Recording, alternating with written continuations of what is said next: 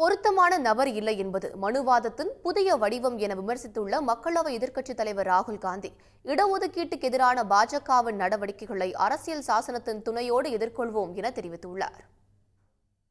டெல்லி பல்கலைக்கழக மாணவர்களுடன் கலந்துரையாடிய வீடியோவை தனது எக்ஸ் பக்கத்தில் பகிர்ந்துள்ள ராகுல் காந்தி, டெல்லி பல்கலைக்கழகத்தில் இடஒதுக்கீட்டு அடிப்படையில் நிரப்பப்பட வேண்டிய 60% மேற்பட்ட பேராசிரியர் பணியிடங்களும் 30% அதிகமான உதவி பேராசிரியர் பணியிடங்களும் பொருத்தமான நபர் இல்லை என கூறி காலியாகவே வைக்கப்பட்டுள்ளதாக குற்றம் சாட்டியுள்ளார். It is not privatization that is taking place. It is de-Dalitification and de-obesification. Please use the right word. You are fighting for participation. You are not fighting for power. But 90% to access. What is going on? பொருத்தமான நபர் இல்லை என கூறி பணியிடங்களை நிரப்பாமல் விடும் நடவடிக்கை IIT, மத்திய பல்கலைக்கழகங்கள் உள்ளிட்ட அனைத்து இடங்களிலும் காணப்படுவதாகவும் அவர் புகார் கூறினார்.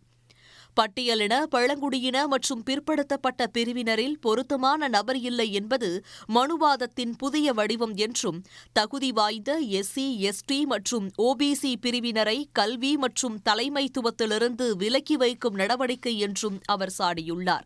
சமத்துவத்துக்கான ஆயுதம் கல்விதான் என அம்பேத்கர் கூறியதை சுட்டிக்காட்டியுள்ள ராகுல் காந்தி, அந்த ஆயுதத்தை மெழுங்கச் செய்யும் நடவடிக்கையை மோடி அரசு மேற்கொள்வதாகவும் விமர்சித்துள்ளார்.